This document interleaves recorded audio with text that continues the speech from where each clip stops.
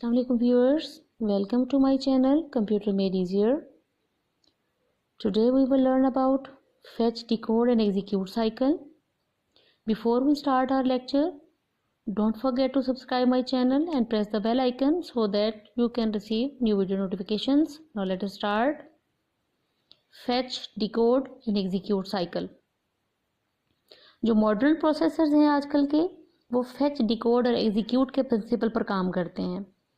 मतलब ये जितने भी हैं, ये हमारे पास जितने भी मॉडर्न प्रोसेसर्स हैं वो इन तीनों स्टेप्स को फॉलो करते हैं और उसके बाद जो है वो तमाम इंस्ट्रक्शंस को जो है वो फेच कराते हैं, डिकोड कराते हैं और एग्जीक्यूट कराते हैं। जब भी कोई इंस्ट्रक्शन एग्जीक्यूट होनी होती है तो सबसे पहले वो इंस्ट्रक्शन मेन मेमोरी के अंदर लोड होती है। यानी जिस भी इंस्ट्रक्शन एग्जीक्यूट होना है वो क्या होगी, सबसे पहले मेन मेमोरी के अंदर लोड होगी। उसके बाद उस इंस्ट्रक्शन का जो एड्रेस होता है वो कॉपी हो जाता है प्रोग्राम काउंटर को। उस इंस्ट्रक्शन का यानी जिस इंस्ट्रक्शन में एग्जीक्यूट होना है उस इंस्ट्रक्शन का जो एड्रेस है वो प्रोग्राम काउंटर को कॉपी हो जाता है और उसके बाद जो है वो कंट्रोल यानी इंस्ट्रक्शन रजिस्टर से वो प्रोग्राम काउंटर को जो एड्रेस होगा वो कॉपी हो जाएगा और उसके बाद वही इंस्ट्रक्शन जो है वो सेंड कर दी जाती है सीपीयू के पास। तो इसका जो major fetch, decode, execute cycle है वो बेसिकली इन मेजर 3 स्टेप्स पर मुश्तमिल है, जिसमें जो है वो फेच, डिकोड एंड एग्जीक्यूट। इसे वर्किंग आप सीपीयू भी कहते हैं या fetch, decode, execute and store cycle भी कहते हैं। तो इसमें सबसे पहले क्या होता है कि हमारे पास मेमोरी है और प्रोसेसर है, क्योंकि जो भी काम हो रहा होता है वो प्रोसेसर के और मेमोरी के बिटवीन हो रहा होता है।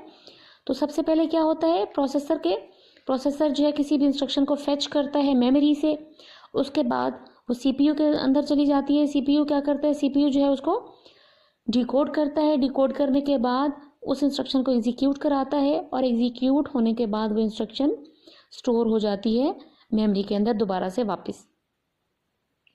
तो अब इन तीनों स्टेप्स को बारी बारी देखते हैं। पहला जो है वो फेच है। फेच के अंदर क्या होता है, इसमें जो है वो मेमोरी से फर्स्ट ऑफ ऑल इंस्ट्रक्शंस जो है वो फेच होती है। यानी सीपीयू क्या करता है, फेच करता है इंस्ट्रक्शंस को मेमोरी से और उसके बाद जो है ये जो फेच हो जाती हैं इंस्ट्रक्शंस, ये फेच होने के बाद मेमोरी से इंस्ट्रक्शन रजिस्टर के पास चली जाती हैं। यानी उनको स्टोर करा दिया जाता है कहाँ पर, इंस्ट्रक्शन रजिस्टर में। इंस्ट्रक्शन को फेच किया जाता है मेमोरी से और उनको स्टोर करा दिया जाता है इंस्ट्रक्शन रजिस्टर पर। सपोज हमने जो है वो मूव AX 0, इसका मतलब ये है सपोज हमने जो है वो एड्रेस था हमारे पास 001। तो फर्स्ट स्टेप में हमने क्या किया, फेच किया इंस्ट्रक्शन को कौन से एड्रेस से, 001 से जो है वो फेच किया और उसे यहाँ पर इंस्ट्रक्शन रजिस्टर था सीपीयू के अंदर, वहाँ जाके कॉपी कर दिया। और मूव AX 0 इसका क्या मतलब है कि वो जो इंस्ट्रक्शन थी उसको हमने जो वैल्यू थी 0 की जो वैल्यू थी उसे हमने जो है वो AX रजिस्टर के अंदर जो है वो कॉपी कर दिया है।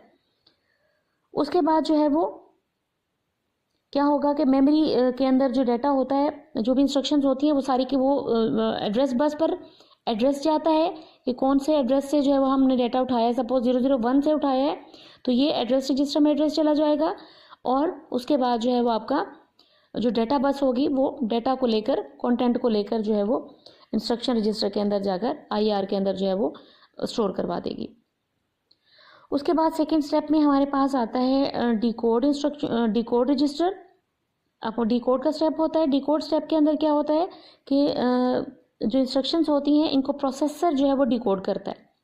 यानी हमने इंस्ट्रक्शन फेच कर ली, इंस्ट्रक्शन रजिस्टर के अंदर आ गई, उसके बाद क्या होगा, डिकोडिंग का प्रोसेस स्टार्ट होता है। डिकोडिंग को जो है वो प्रोसेसर जो है वो उसको डिकोड करता है और डिकोड करने के बाद जो है वो उस इंस्ट्रक्शन को उसको देखा जाता है कि इस पर जो है वो किस किस्म का जो है फंक्शंस परफॉर्म होंगे और कौन कौन से ऑपरेंड्स ज़रूरत हैं इस ऑपरेशन को परफॉर्म करने के लिए। अब सपोज हमारे पास यहाँ पर है, पहले भी हमने ये इंस्ट्रक्शन लिखी है मूव AX 0। इसका क्या मतलब है, इसका ये मतलब है कि जो 0 की वैल्यू है, जो वैल्यू 0 है, ये वाली वैल्यू इस रजिस्टर के अंदर कॉपी कर दी जाए।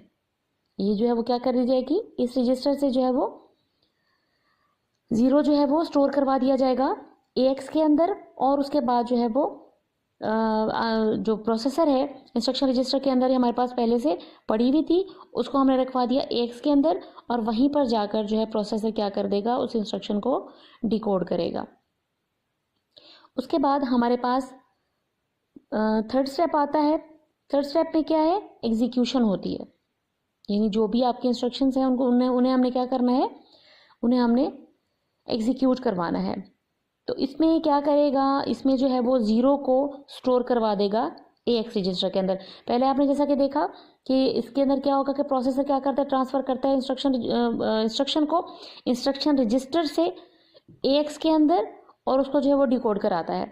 अब जाहिर है कि जब वहाँ पर वो डिकोड होगा तो लास्ट स्टेप के अंदर आकर एग्जीक्यूट होना है। तो एग्जीक्यूशन में क्या होगा कि 0 को वो प्लेस कर देगा AX रजिस्टर के अंदर, उसको जो है वहाँ पर मूव करा देगा। और इसमें जो है वो फाइनली उसके बाद जब वो इंस्ट्रक्शन जो है आपकी एग्जीक्यूट हो जाएगी, एग्जीक्यूशन के बाद आपकी इंस्ट्रक्शन जो है वो दोबारा से जो है वो स्टोर हो जाएगी आपकी 002 लोकेशन पर। यानी पहले क्या थी आपकी जो है वो 001 से हमने उठाई थी, और उसके बाद जो है उसको स्टोर कर दिया जाएगा। और जो हमारा जो इंस्ट्रक्शन रजिस्टर होगा वो क्या करेगा, उसके बाद दोबारा से इंस्ट्रक्शन पॉइंटर जो है वो दोबारा से जो है वो 002 हो जाएगा, क्योंकि पहले 001 को उठाया था उसने, उसके बाद जो है वो दोबारा 002 इंस्ट्रक्शन को जो है वो उठा लेगा, और नेक्स्ट इंस्ट्रक्शन जो है वो उसके अंदर चली जाएगी।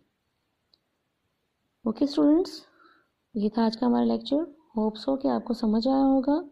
अल्लाह हाफिज़।